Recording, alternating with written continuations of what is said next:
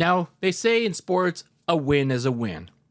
But when you've had 2 weeks, yes, 2 weeks to prepare for this kind of game, when you're the San Francisco 49ers against a beat-up team like the Tampa Bay Bucks, then you think to yourself, you really had that kind of performance.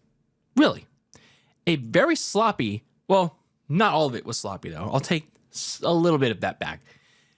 But nonetheless, a very sloppy, a very spotty performance like that against this beat up, this depleted Bucks team. Really. Now, granted, this is a Bucks team that took the Kansas City Chiefs, the reigning, defending, undisputed back-to-back Super Bowl champions, to the limit just a couple days prior on a short week, mind you. And here they were taking the Niners, who were somewhat kind of getting healthier to their limit and nearly pulled off the upset. But damn, like the Niners had 2 weeks. They were more fresh. They were fresher than the Tampa Bay Bucks. And yet they played like this. Like really? This was the effort that we got on Sunday? Like my lord. Like this game was amping up my my blood pressure. This is airing up my stress levels. Again, I was about to crash out. I was about to crash out if we had lost this game. Because, like, this team, like they had 2 weeks. And yet, this is the effort. This is the effort, man. Like, a lot of the issues that they could have fixed during the bye week, like, at least the fixable ones, it wasn't fixed. It was not fixed. So let's look at this game, pal. Let's look at this game. Starting with the Niners' perspective of things. Brock Purdy, you know, I give all my my praise. I give all my good races to Brock Purdy throughout the time that he's played for the 49ers. And he's done pretty well for the most part this season. And he still made the right plays in this game. But I'm sorry, before I get into the but, not the double T, by the way, he actually had some solid throws early on in the game to Juwan Jennings, George Kittle, and Christian McCaffrey, who made his return in this game, which certainly helped the offense in most cases, as well as the touchdown throw to Ricky Pearsall. By the way, congratulations on your very first career touchdown in the league in your professional career. And very, very touching considering what happened in August. So very nice there. But when you look at the grander scheme of things on how Brock Purdy played in this game, he was very spotty. He was very erratic, inconsistent in this game. Like, for example, when he had a nice pass to Juwan Jennings on first down, he followed it up with a very high pass, or a pass that was kind of low. So he put his guys in situations where he either was trying to get his people killed, like with his very high passes, or he was just, didn't see the receiver. He didn't see a better position where he can spot the ball. So in essence, it's like, yeah, he didn't exactly play a very, I wouldn't say necessarily a very good game, but the game that I thought he would have. So, and it's not like the Bucs were playing great defense, but I felt like Purdy was overthinking a lot of things. But nevertheless, he was making the right plays in the fourth quarter to move the sticks, get the offense back on track, especially in the very late stages of the game on that last drive where I thought he excelled in that drive, in that situation. But almost everything else prior to that, very inconsistent, very spotty. And I was just like, what are you doing, man? Like, relax. You need to chill out. It's like, where's the Brock Purdy that we've had earlier on in the season? In those games where he was scrambling out of the pocket, making good plays, throwing the deep ball. And I get it, you don't have a deep threat. Maybe you can establish something with Ricky Pearsall, but yeah, it's like, there's nothing. So I talked about Christian McCaffrey a little bit earlier. I mentioned his name. He's back in the lineup. and it's nice to see him back. He definitely helps out the offense, but what he doesn't help out is the red zone. The red zone issues are still practically there. So it's certainly nice to see Christian McCaffrey back, but yeah, it doesn't make him an automatic fix for the absolutely terrible problems that the Niners still have in the red zone. Like, Kyle Shanahan, like, why are you dialing up a first down run, assuring that, oh, Christian McCaffrey's got this in the bag, pal. He can run up down the middle, get that touchdown for us, and then all will be right in the world. No, he did not, okay? He certainly did not get that first touchdown on the first and goal in the red zone. And then also, why, other than the one touchdown to George Kittle in the fourth quarter, why has Purdy been still allergic to the end zone in the said red area? So, yeah, red zone, still a problem. And certainly a 1 of 3 trips down in that area is pretty bad. It's terrible. Terrible. And when you look at the major complaint, my biggest gripe about this game, my biggest head scratcher, my biggest boiling up inside me right now is the special teams. Like, everyone on that special teams needs to go, especially that head coach on that special team. Not the head coach, not Shanahan. Well, maybe Shanahan can go if he's just keep fumbling the bag.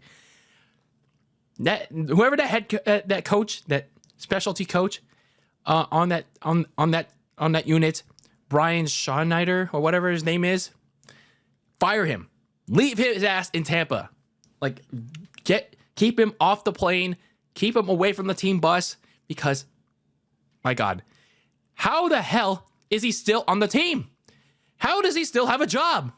Whose D is he sucking to be on this team? The muffed punt, which, by the way, should have been a penalty in the first place, because whoever that Bucs player was pushing one of the players into Jacob counting to force that muffed punt, and force them to muff it, to muff that catch, and that should have been a penalty. I don't know why the refs didn't call that, but still, Jacob counting either way, even though that went uncalled, should have went out of the way. Should have went out of the way. It literally gave me PTSD from the Super Bowl, like those Super Bowl, that Super Bowl muffed punt where it hit one of the players' legs. It's like, my God, it was literally almost a replica of that. On that, it's like, my Lord. And then, who could forget everyone's favorite kicker that wants his head right now, Jake Moody. Sure, he had his heroics in the final play of the game, but 3 missed field goals before that. 3. It's like, how is Anders Carlson, the backup kicker, how did he do much better in those 3 weeks that he spent with the team than Jake Moody his entire time here? It's like, how? And I get it, Jake Moody has been all right. He's been okay before he got hurt. But 3 in his return game? 3 missed field goals? And then the game winner barely squeaked by. It barely squeaked by. So sure, he got his redemption. He's got his feel-good moment. But the fact that you missed 3 field goals in your return game, yeah, that's very telling. That's very telling to me. So I don't know how our special teams coach is still on this team. 10 weeks into this season, get his ass off the team, please. So anyway, looking at the Bucs side of things, they lost this game, but yeah, I gotta tell you, man, they've been putting up a fight. They've been putting up some sort of spirited effort these last couple weeks. Sure, not the result that they wanted, but Baker Mayfield continues to play well despite having a lot of talent deficit on that team. No Mike Evans, no Chris Godwin. So basically, he has no deep threat. Just like the Niners, they don't have a deep threat. Neither does the Bucs. But losing those two key guys is huge, but he's at least making the most of it. So he utilized the short passing game, which I thought was the biggest key to victory for the Bucks. So even though they lost, hell, he still tried to make the most of it. Got Kate involved early and often, but unfortunately, in those critical third down spots, not having your top receivers was key for the Niners defense to attack on. So for the most part, the Bucks couldn't convert for the most part on third down, except for when they were trying to make that comeback and trying to win the game, although they had to tie it in the end.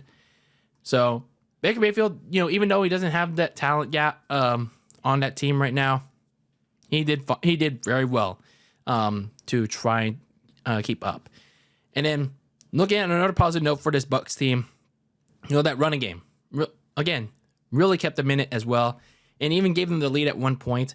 Some people say, "Oh, the special teams gaff from San Francisco," and that hot ass humid Florida weather, but they really did a good job tiring out that Niners defense by attacking their one weakness, which in turn made the Bucks' own weakness, which was the running game, for most of the season. They turned that weakness into a strength. Rashad White, Bucky Irving, pretty decent duo. So that running game for the Bucks, maybe they should consider using that for at least the foreseeable future until they at least get Mike Evans back. I believe he'll be back after the bye week, if I remember correctly. So all in all, when you look at this game for the 49ers, not exactly a lot to like about.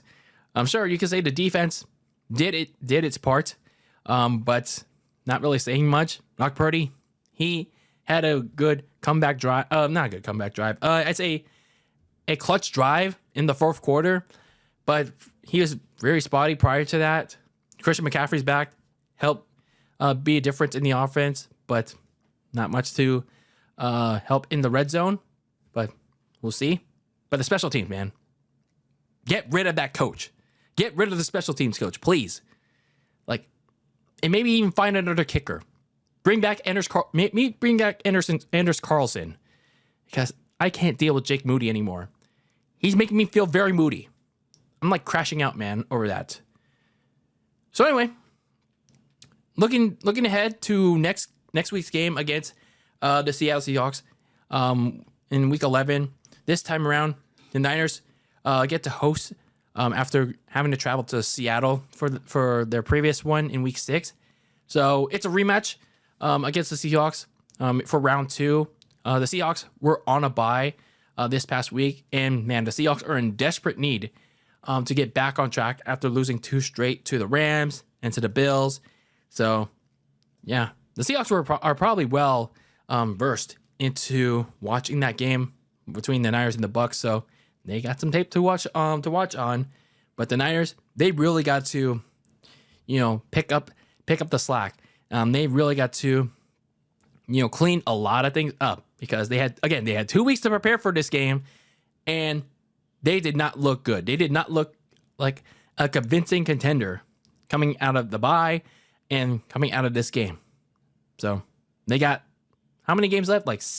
8 games left, or 8 or 7 games left. Don't math me on that, but not exactly a good start if they want to start this home run stretch. So, yeah, let me know your thoughts on this game, on this quote-unquote win for my 49ers. They improved on 5-4 in the season, but they're still behind the Arizona Cardinals, who blew out the Jets. The Rams play on Monday nights against the Miami Dolphins, so it's basically a 3-way race right now between the Niners, the Cardinals, and the Jets in this wide open NFC West. So let me know your thoughts on this win for the 49ers. What do they need to work on? Because there's certainly a lot to work on. But drop your thoughts in the comments below. Anyway, this is Dylan Lasagna, signing out of another recap for my San Francisco 49ers. We're back on it with my team for the 2024 campaign. And as always, keep that lasagna very cold in the fridge with your takes on the world of sports. And until I see you, when I see you in the next one, peace out.